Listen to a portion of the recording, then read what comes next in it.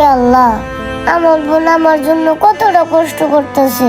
আমার বোন নিজে না খাইয়া আমারে খাওয়াইতেছে। আল্লাহ, তুমি আমাকে কেন এত গরিব বানাইছো? কেন?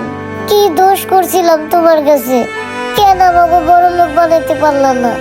আজকে তুমি আমাকে গরিব বানাইছো দেখে মানুষের লাভতে উষ্টা গুতা খাইতে হয়। মানুষ আমাকে লগে খারাপ ব্যবহার করে। হে আল্লাহ, তুমি একটু আমাকে সাহায্য করো, যাতে আমরা দুই ভাই বোন ভালো মন্দ একটু খাইতে পারি। আমিন। হায় আল্লাহ, এই দুনিয়াতে কত এতিম বাচ্চা আছে যারা খোদা দেওয়ালা অনেক কষ্ট করে। হইছে, তোর আর পাকনা পাকনা কথা কওয়া লাগবো না, নে ভাতটা খা।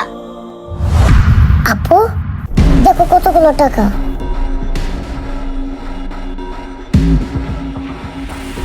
হ্যাঁ রে ভাই, সত্যি তো এখানে অনেকগুলো টাকা।